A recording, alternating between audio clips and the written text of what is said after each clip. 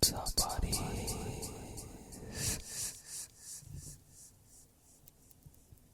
And buddy girls, welcome back to Facts Friday. Today we are going to be continuing on with our World War II history. This is going to be part 2. If you guys are enjoying this little mini-series of World War II history, hit that like button. Let's see if we can get 50 likes.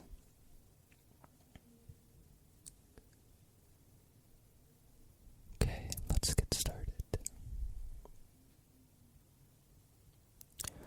On July 7th, 1937, a skirmish near the Marco Polo Bridge near Beijing, China, led to open warfare between Japan and China. The outclassed Chinese military traded space for time, steadily withdrawing deeper into the large country to extend Japanese supply lines and hoping to eventually gain assistance from other nations. During the course of the war, over 1 million Japanese troops would be engaged in an unsuccessful attempt to subdue China.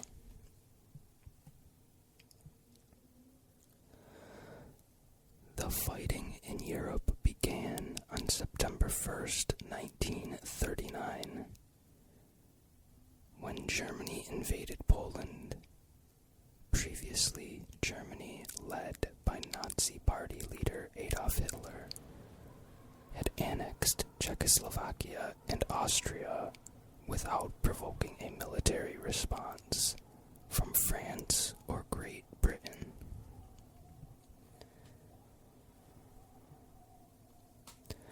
We have a very windy day today. Poland was a step too far. Both of those nations declared war on Germany in support of Poland, but they were slow to take effective actions. The French military and government expected Poland would hold out till spring, allowing France time to mobilize. But Germany demonstrated the effectiveness of combined arms warfare, in which infantry, armor, artillery, and aircraft work in coordination. This type of war required rapid communication. In preparation, the Germans had developed radios small enough that every vehicle could be equipped with one.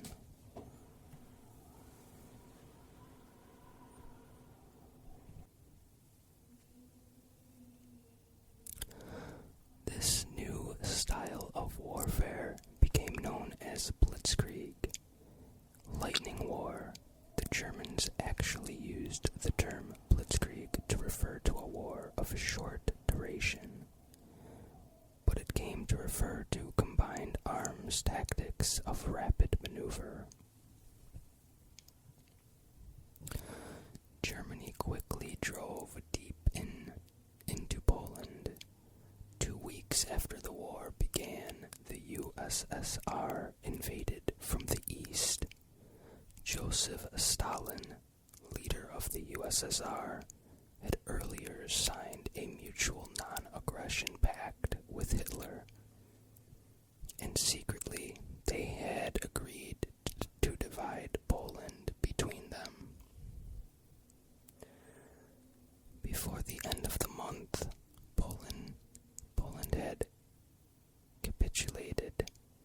In the coming months, Netherlands, Denmark, Norway, and the Baltic states also fell under Nazi control.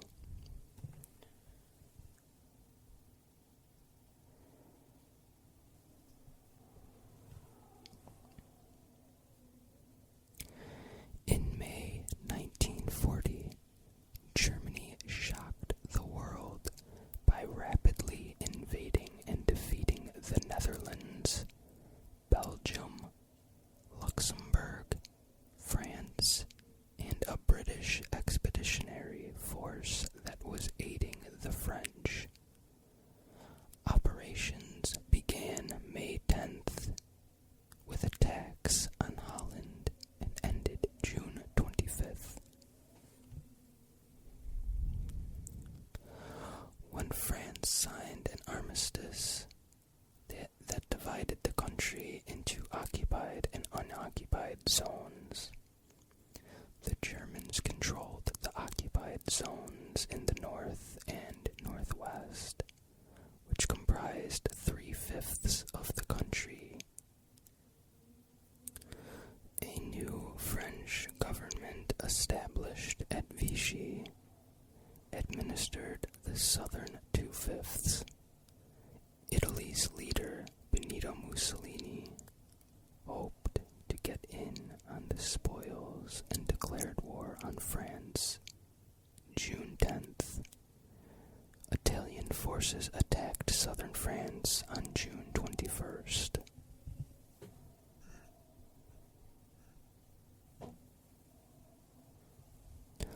On July 10th, an air war over England began, which British Prime Minister Winston Churchill termed the Battle of Britain.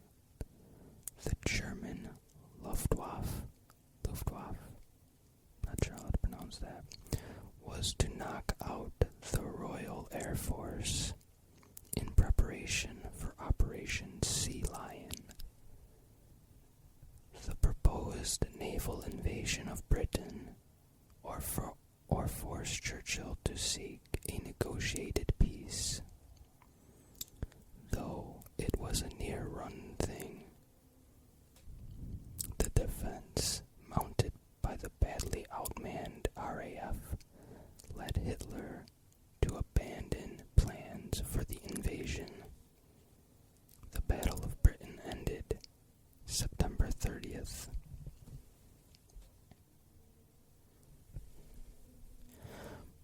Britain was also opposing German and Italian forces in the deserts of North Africa and on the waters of the Atlantic.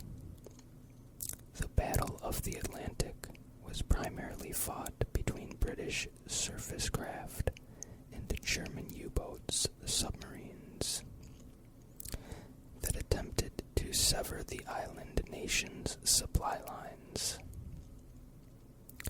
The United States, although technically neutral, provided Britain with needed supplies after approving a Lend-Lease agreement in March 1941.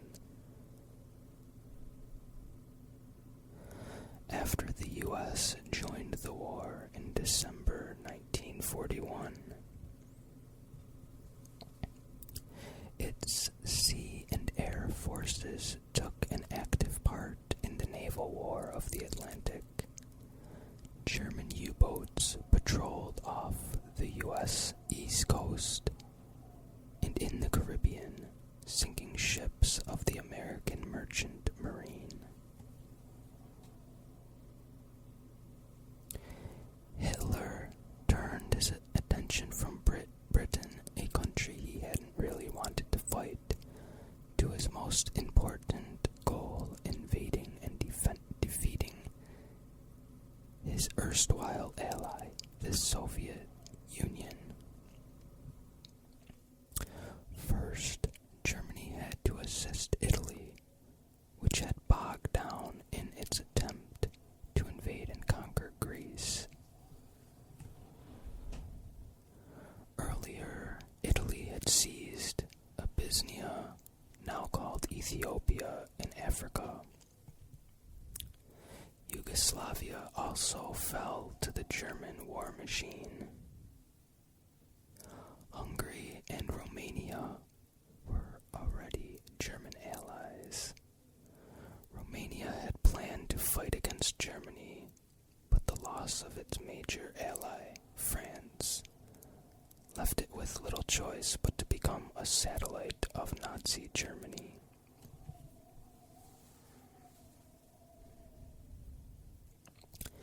A fascist government overthrew Romania's monarch, and the Balkan country would serve as the third largest Axis military in Europe until it switched sides in the autumn of 1944, becoming the fourth largest Allied military.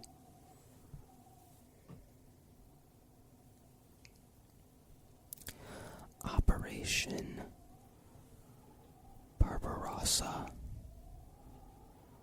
or Barbarossa. Finally, on June 22nd, 1941, Germany and its allies launched Operation Barbarossa, a massive invasion of the Soviet Union from the Baltic Shore in the north to the Black Sea in the south. The Soviets were caught by surprise. The USSR knew Germany would attack eventually and had war-gamed various scenarios, but did not expect the invasion so soon. Their military leadership had been decimated by Stalin's purges of the 1930s, in which he removed, often killed, many of the most effective commanders and replaced them with political stooges. In the Finnish-Soviet War, or Winter War, between November 30th, 1939 and March 12th, 1940, tiny Finland repeatedly stymied an invasion by the giant Soviet Union for months, until finally forced to yield to overwhelming numbers. The peace settlement gave the Soviets 25,000 square miles of Finnish territory.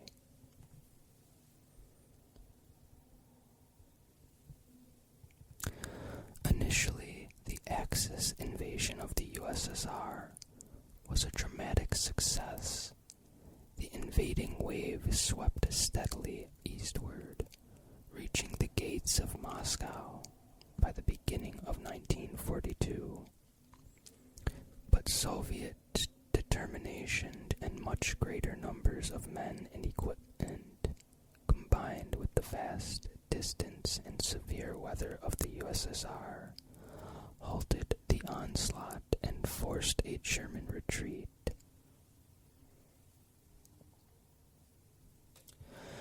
At Stalingrad, two combatants fought a vicious building by building, street by street battle from July 17th, 1942 to February 2nd, 1943. In November 1942, the Soviets launched a two-pronged counterattack that encircled and ultimately captured the German 6th Army. At Stalingrad, the Red forces advanced westward rapidly until halted in the Third Battle of Kharkov. In the spring of 1943, a bulge developed in the Soviet lines near Kursk. That summer, the Germans struck with their own two-prong assault, intending to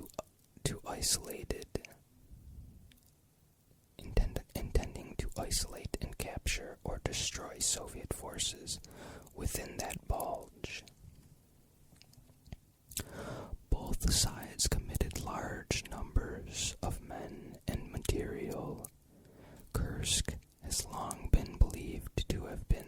largest tank battle in history. But recent research is casting doubt on the long-accepted numbers. At any rate, the German offensive failed. From that point on, Soviet forces advanced westward, entering the German capital of Berlin in April 1945.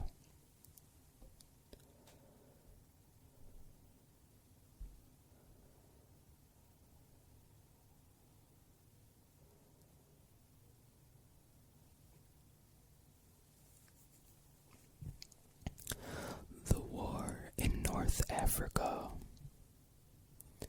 Britain and Commonwealth forces, Australia, Canada, India, South Africa, and New Zealand had been opposing the Axis in North Africa since Italy's director, Benito Mussolini, declared war on Britain and France on June 10, 1940.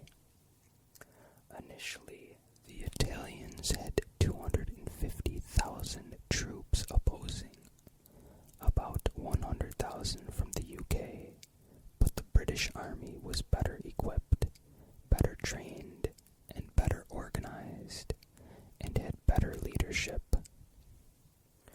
Once the Battle of Britain was over and the threat of an immediate German invasion of the UK removed, Britain reinforced its North Africa contingent to protect its colonies there and particularly to protect the Suez Canal.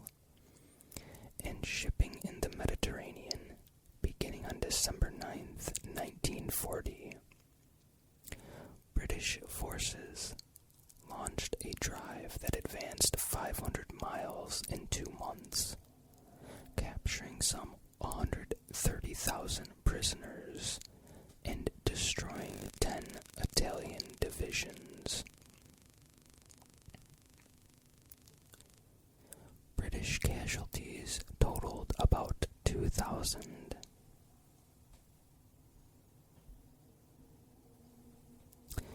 In mid-February 1941, 2 German divisions and 2 additional Italian divisions were sent to Libya.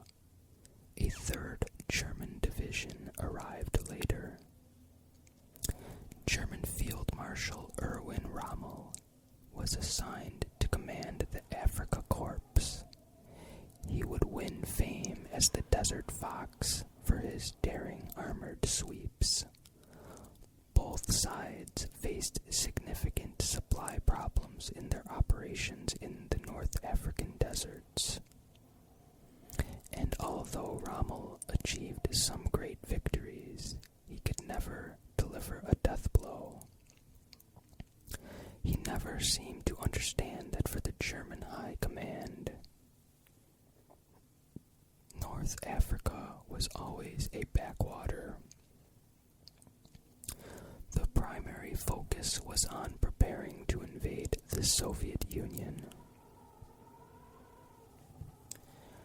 Britain went through a series of commanders in North Africa before placing Lieutenant General Bernard Montgomery in charge of the 8th Army there.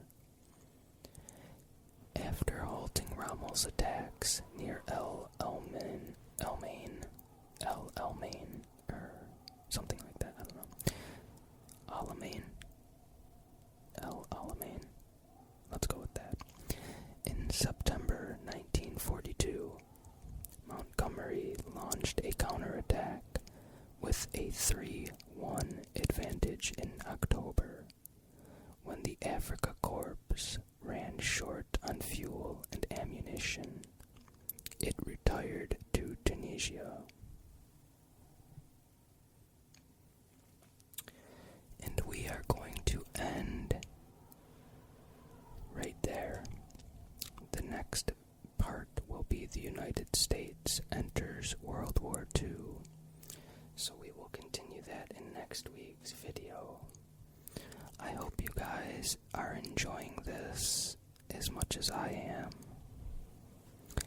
And